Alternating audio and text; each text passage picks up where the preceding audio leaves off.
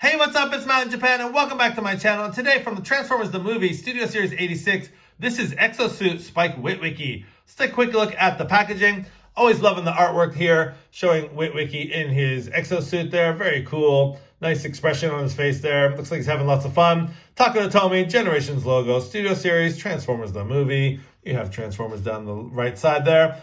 Exo-Suit Spike Witwicky. He is a core class figure. See the same image there. On the bottom, product information, much the same. On the side, you have your Authentics logo and a little bit more full shot of Witwicky and his Exo-Suit there. On the back, we have the product shot, and he converts in 11 steps to his little jet sort of spaceship mode there. And that's about it for the packaging. So yeah, let's get this guy opened up and see what Spike Witwicky in his Exo-Suit is all about. All right, so we have Spike Witwicky all opened up and out of the packaging. And one thing I realized, I almost threw away the blast effects that came on the back of the cardboard. Please be careful if you have this guy. Make sure not to throw them away. They are wrapped up in some tissue paper taped to the back of that cardboard. So yeah, be very careful. So he does come with two clear yellow blast effects, which look like this. And I will show you how they integrate with Spike in just a few minutes. But first and foremost, let's take a look at this guy up close. Now, you do see his face under the sort of plastic dome there. And not a lot of detail on his face there. It's very sort of muted. He doesn't really have any eyes. There's no real definition there. You do see some nice hair there, some brown hair. But that's about it. Going down the figure, you do see a little bit of red paint there and a little bit of yellow paint there. Some of that powder blue all throughout the figure. And for the most part, he's basically just that sort of powder blue and white. And yeah, he looks pretty cool. I'm not sure if I like this guy as much as I do the Bumblebee MP21 figure that came, the Spike Witwicky figure we got. I will be doing a comparison real quick with him. But first and foremost, one thing that the instructions do show is that basically how the blast effects work. So you can take this piece, which is on a swivel, and turn it around like that, and basically take this and swivel that around. So you have these parts facing forward. And you can kind of configure it any way you want. I kind of like to put it up like this. And then those blast effects do just fit right on the tip there. So you can have Spike all sort of armored up here with his blast effects. And they are a nice tight fit, as you can see there. So that's kind of how, if you want to show him like kind of blasting away, that's how it looks there. And you can kind of configure this however you want. You can, put it down like this. Or you can have him, kind of cross arm, shooting Decepticons either way. Pew, pew, pew, pew, pew. That's kind of a cool look too. But yeah, it's kind of cool. There's lots of joints here and hinges and stuff, so he's actually very posable. So that's how the blast effects integrate there. And just putting his arms back the way they came in the box, so like this. So just a quick comparison. I just want to take him and compare him with that MP21 Spike Witwicky. And here they are side by side. Now they do have a similar aesthetic here. You get basically the yellow, little yellow circles up front and the red paint and stuff like that. And just the MP21 figure, it's just a little bit darker blue. And I'm not really sure. As far as size-wise, let's put down Studio Series here and the MP21 figure here. They are about the same size. I think the MP21, tends to be just a little bit bigger. He looks a little bit taller there. And the fact that this guy, you can take off his helmet and just, the fact I don't know, I guess this is not really that much. There's more definition on this guy either, but the fact you can kind of take off his helmet it's just a cool. You can see how his spacesuit, he's wearing the actual, some sort of suit inside there is very cool. So I kind of like that aspect of the MP21 figure. But overall, that's kind of how they compare, like so. So just a quick comparison there. And let's get into articulation. Again, there's nothing at the head. The head cannot move at all. This does not come off at all. You do see the rollers here on the top of the shoulders. And like I said, there's a pin here, so you can move this. Most of this is for transformation that can go forward and back.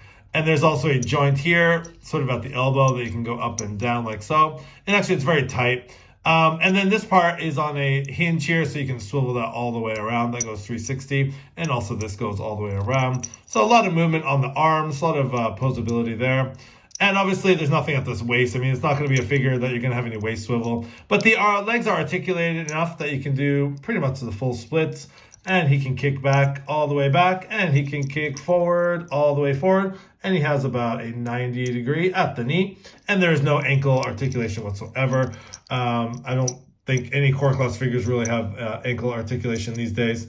But just bringing in another core class figure for a comparison, we'll bring in core class Shockwave from the same line here, and that's how he compares with Shockwave.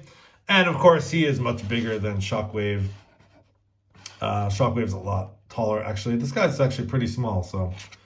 yeah, so let's get into transformation. We'll take this guy and get him transformed into his sort of exosuit, space, rocket, ship, whatever you want to call it. So let's get this guy transformed and see how he looks. So I was mistaken about the head articulation. The head can, actually this whole part can swivel. So this actually can, the head doesn't go around, but the actual helmet can swivel all the way around. And actually, I totally missed this part. There's a lever back here which goes back and forth, which allows the head, which is pretty cool. I like this. It's kind of a gimmick here. You can turn that back and forth and make his head go back and forth. So that's pretty cool. So if you want to have him look to the right, you can sort of move his helmet to the right to sort of coincide with the way he's looking. And then if you want to have him look to the left, you can kind of just turn his helmet like so and have him turn to the left. So that's a very cool gimmick there. So you can, there's that little lever. You can have do you like the Decepticon, Spike? No, I don't. So there you go. So I just thought I'd show that off. Now let's get into transformation.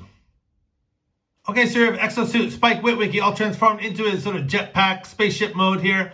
And one thing I just want to point out on the back of the packaging, I found it was interesting as I was transforming this guy. It shows him in a total sort of white deco. There's actually no blue. I don't know if this color is just off, but like if you take a look at the actual figure and you take a look at that picture, it's, I don't know, it seems like it's a gray more than a blue. I thought that was very interesting that they showed a sort of a different color scheme on the back of the packaging. Anyways, just a side note there. So this is Spike Witwicky in his Exo-Suit jet mode with his blast effects in effect. So very cool. So yeah, he looks like he's blasting through space to help out the Autobots. So very cool. This guy's transformation was not too hard. It was pretty easy. Instructions are very clear. So for the most part, it is him just kind of scrunched up with his feet kind of backwards, and you can kind of see how he looks there. So yeah, not a whole lot of detail. I kind of don't really care for this sort of alternate mode here. It is cool that you have the jets back here. There's still some nice detail, I guess, on the back. But a lot of it's just sort of, you see the hole there and the hinge joints, and you can see the arms there. And I mean, I guess you can sort of, you can turn these around like so, have him kind of facing forward like he's, in attack mode or whatever. But it also looks cool like this, like he's, it's kind of a jet propulsion look, like he's flying or whatever. Now, one thing I will say that he does roll very nicely. Rolls right off the screen here. He does have a nice roll to him, so there's that. But I think comparatively, I think, bringing in the MP21 mode, I'm gonna just say vehicle mode. I think this one does it a little bit better. The transformation for this one is definitely more involved. Just a quick comparison there between sort of spaceship modes here. I think this one kind of tucks away and looks more like a space sort of rover, as opposed to this is just kind of him scrunched up in his robot mode, kind of his arms bent back. So I do think, I'll just put these down for a sec, I do think the MP21 pulls it off in vehicle mode a little bit better. I don't mind the Studio Series in the robot mode at all. I actually think it has a lot of articulation and the fact that you can put his head back and forth, and I actually do like it in robot mode. But I think in vehicle mode, I think the MP21 figure pulls it off a little bit better. This one guy probably doesn't roll as nicely than this guy, but just sort of a side-by-side there between the two figures. I do like the fact that he comes with the blast effects, though. That is a very nice touch. So taking MP21 off, flying off. There you go, Spike. See ya. So yeah, I'm not too impressed with the vehicle mode here. I think he fares better in his robot mode. So actually, let's get him transformed back into his robot mode, and then we'll do some final thoughts. All right, so here we have Spike Witwicky all back in his robot mode and robot mode or whatever, Exo-Suit mode. Just so used to saying robot mode. And yeah, I think I'm kind of on the fence about this guy. I think spending a lot of time with the MP21 figure back, in the day with the Bumblebee, I think I like that figure a little bit better. I think with this one, I actually like the fact that it comes with blast effects and the fact that he can tilt his head back and forth more than I actually like the figure itself. So, what do you think, Spike? Nope, I can't agree with that. Yeah, that was really bad. But anyways, yeah, I think just that little gimmick there and the fact that the blast effects come with this guy, I think are what kind of sold me on this guy. It's not bad. The Exo-Suit mode is actually pretty cool. And there's actually a lot of articulation, probably a little bit more than the MP21 figure. And you can have some fun with him or whatever. But yeah, I think in vehicle mode, the MP21 wins hands down. Anyways, if you're really like a diehard collector of the Studio Series and want to get everything, pick him up. But I probably could have done without this guy. Anyways, just thought I'd see what he's like in hand and just do a quick review. So anyways, for the Studio Series, Spike Witwicky Exo-Suit, this has been Matt in Japan. Thanks for watching. Please like, comment, and subscribe. Have a great day.